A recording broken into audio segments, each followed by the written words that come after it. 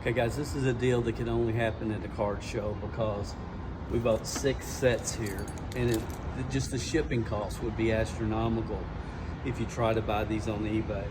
So we got 6 sets. The total cost was $50, less than less than $9 a set. 50 sets. We got 89 tops, 90 Fleer, Upper Deck 91, and several others. This is from Junk Wax, but there's, in each one of these sets, there's multiple cards, that at least 25 plus cards in each set that you can sell for $1 to $5.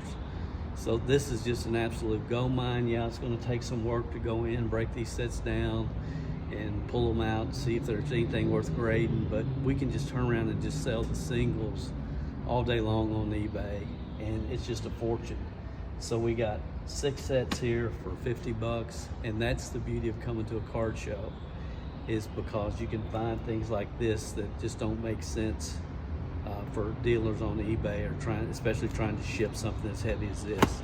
So I hope that helps you, gives you some ideas, some things to think about. Talk soon.